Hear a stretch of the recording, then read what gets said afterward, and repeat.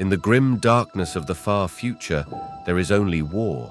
Yet, amidst the eternal conflict that engulfs the galaxy, unlikely alliances form against common foes.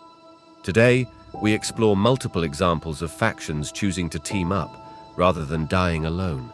For now, we delve into the saga of the Imperium of Man and the Eldari, two ancient civilizations whose disdain for each other is eclipsed only by their hatred for the Great Devourer, the Tyranids. Our story begins with the shadow of the Tyranid Hive Fleet Kraken stretching across the stars, a threat of unimaginable proportions. It was the world of Ikarth IV, a jewel in the Imperium's crown, that became the stage for this unlikely alliance. The alliance between the Imperium of Man and the Eldari, born out of sheer necessity, faced its ultimate test on the beleaguered planet of Ikarth IV. The Tyranid Hive Fleet Kraken, a living nightmare that had consumed worlds without number, turned its ravenous eyes toward the planet, threatening to engulf it in a tidal wave of bio-horrors. The defenders of Ikarth IV, composed of Eldari warriors from the craft world of Ulthwé and the stalwart space marines of the Ultramarines chapter, prepared for what many believed to be their final stand. The planet's strategic importance was undeniable, serving as a linchpin in the sector's defense. Its fall would not only be a tactical disaster, but a blow to the morale of the Imperium. As the Tyranids descended, the air was filled with the roar of bioengines and the crackle of psychic energy. The sky darkened under the shadow of the Hive Fleet, a grotesque display of the Tyranids' might. But the defenders stood resolute, their alliance holding firm in the face of annihilation. The battle commenced with a ferocity that words can scarcely capture. Tyranid bioforms, in all their horrifying diversity, crashed against the lines of Eldari and Space Marines like waves against a cliff. Each wave seemed endless, yet for every Tyranid that fell, two more took its place.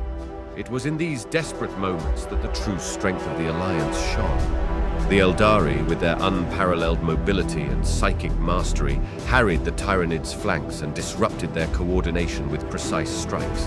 The Space Marines, embodiments of human resilience and firepower, formed an unbreakable bulwark, their bolters and chainswords reaping a grim toll on the alien horde. Amidst the carnage, Farseer Idranel of Ulthwé emerged as the beacon of hope and sacrifice. Realizing the battle's turning point was at hand, she called upon the raw power of the warp. With a cadre of warlocks at her side, Idranel unleashed a psychic storm that tore through the Tyranid ranks, a devastating blow that came at a terrible cost. As Idranel's light faded from the world, the tide of the battle shifted. The Tyranids, though numerous, were thrown into disarray. Seizing the moment, the combined forces of the Imperium and Eldari pressed their advantage, driving the Tyranids back in a series of calculated counterattacks. The Battle of Ikarth IV would be remembered not just as a victory against a seemingly invincible foe, but as a testament to the power of unity in the face of certain doom. The alliance between the Imperium and the Eldari, though built on mutual need rather than trust, demonstrated that even the fiercest of enemies could stand together against a common threat. In the aftermath, as the survivors surveyed the devastation, the memory of Farseer Idranel and the countless heroes who fell defending Ikarth IV would be honored. The Battle of Ikarth IV would go down in history, not just as a victory against the Tyranids, but as a testament to the power of unity in the face of existential threats. The alliance between the Imperium and the Eldari, though brief and fraught with tension, highlighted that even the fiercest of enemies could come together when the galaxy itself hung in the balance. The Imperium-Eldari alliance at Ikarth IV exemplifies the complex nature of alliances in the Warhammer 40,000 universe. It's a narrative that explores themes of sacrifice, the lesser of two evils, and the fleeting nature of peace in a galaxy at war. This event, though a mere footnote in the annals of both races, serves as a poignant reminder of what can be achieved when old grievances are set aside for the greater good. As we leave the ashes of Ikarth IV behind, we discover that alliances are not always forged in the fires of desperation or survival. Some are born from mutual benefit, greed, and the lust for power.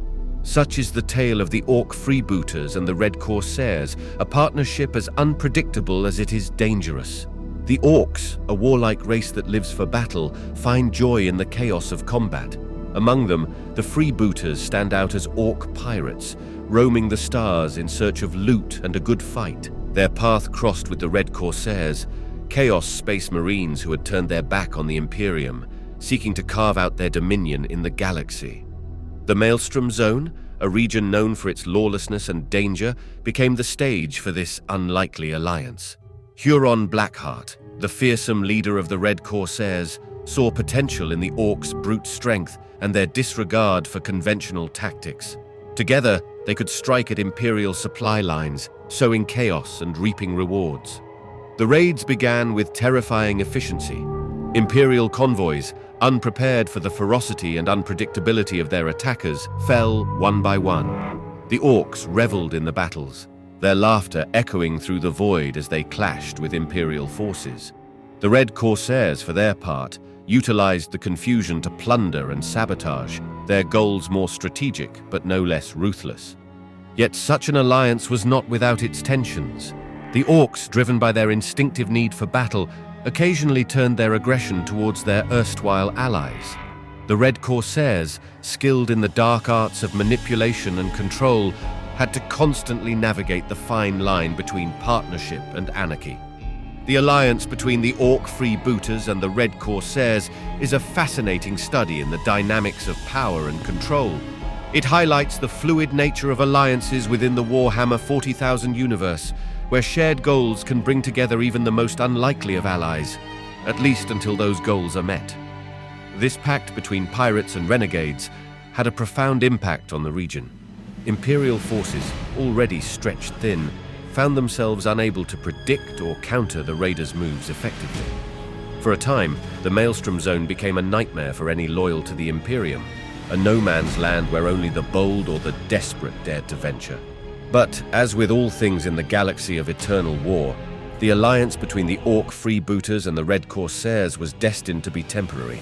Greed, betrayal, and the inherent desire for dominance would eventually see this partnership dissolve.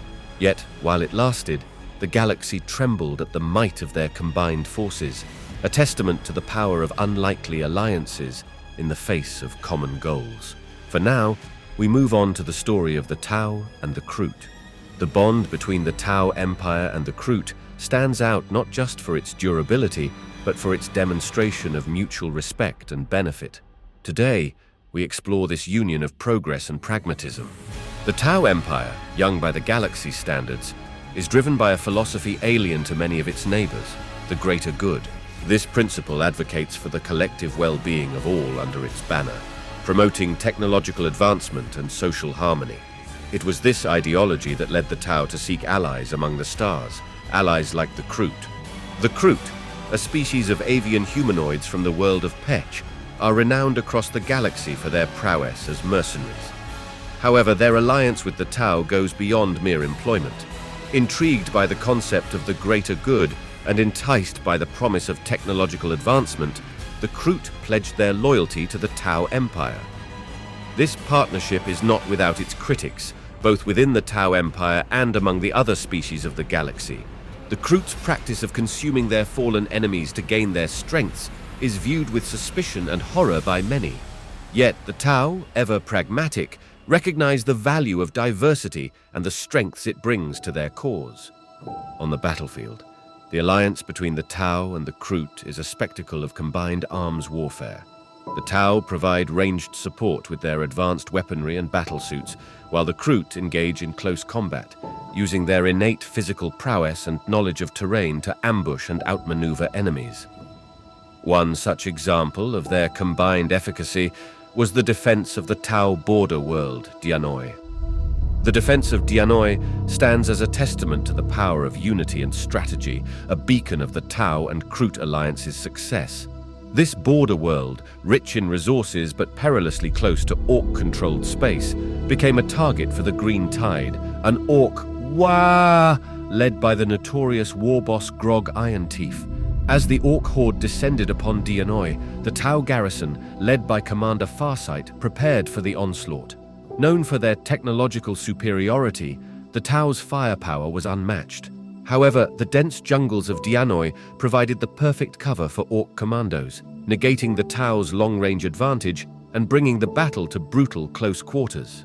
The initial Orc assaults were relentless, utilizing guerrilla tactics that sowed chaos within the Tau ranks.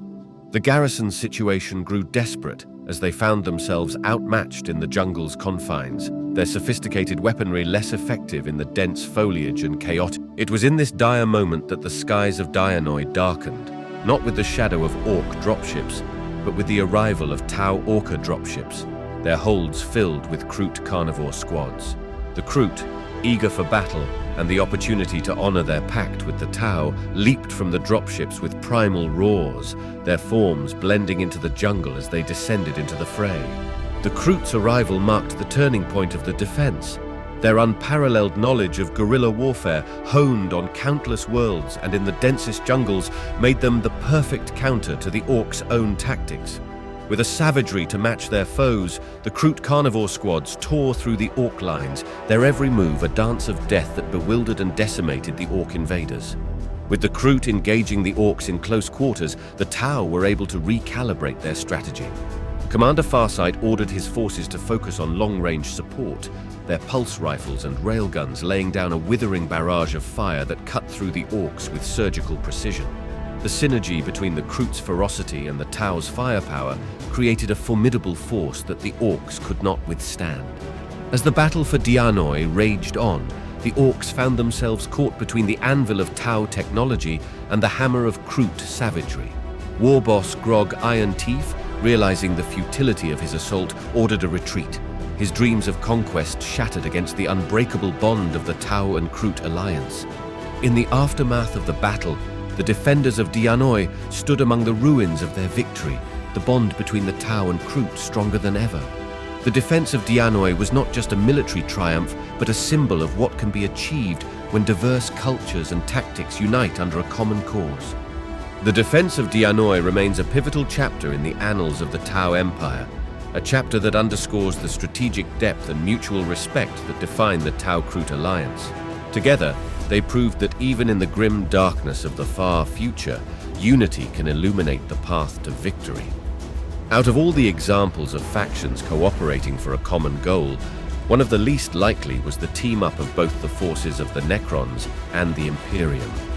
This began with the dark days of the 13th Black Crusade, when the forces of Chaos, led by Abaddon the Despoiler, launched a devastating assault on Cadia, a fortress world crucial to the Imperium's defense. The Battle of Cadia stood not merely as a conflict of arms, but as a crucible where the fate of the galaxy hung in the balance.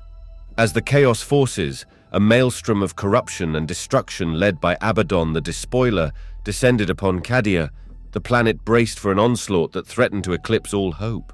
The defenders of Cadia, an amalgam of the Imperium's mightiest warriors, stood ready. Space Marines, the Astra Militarum, and even the Sisters of Battle prepared their defenses, their resolve as unyielding as the fortress world they stood upon. Yet, as the battle commenced, it became evident that valor and firepower alone might not suffice against the dark tide. It was within this maelstrom of war that the Necrons emerged, their motives enigmatic, their power undeniable. Led by Overlord Imhotep, the Stormlord, the Necrons' arrival was as sudden as it was decisive. With their advanced technology and an intimate knowledge of the Warp's perils, they targeted Chaos's warp-spawned abominations with lethal precision. The strategic integration of Necron and Imperial forces was a spectacle of military adaptability. Necron Deathmarks sniped key Chaos champions from the shadows, while their monoliths provided heavy support, cutting swathes through the enemy ranks. This allowed the Space Marines to concentrate their efforts on front-line engagements, forming spearheads that pierced the heart of the Chaos invasion. One pivotal moment stood out as a testament to this unlikely alliance's efficacy. In the shadow of Cadia's Elysian fields, a horde of Khorne berserkers, driven by a frenzied lust for blood, charged the Imperial lines. Just as they seemed poised to overrun the defenders, a phalanx of Necron warriors materialized, their Gauss flayers cutting down the demonic horde with methodical precision. This unexpected intervention allowed a beleaguered company of Imperial Guard to rally and counterattack, securing a critical victory at the brink of defeat.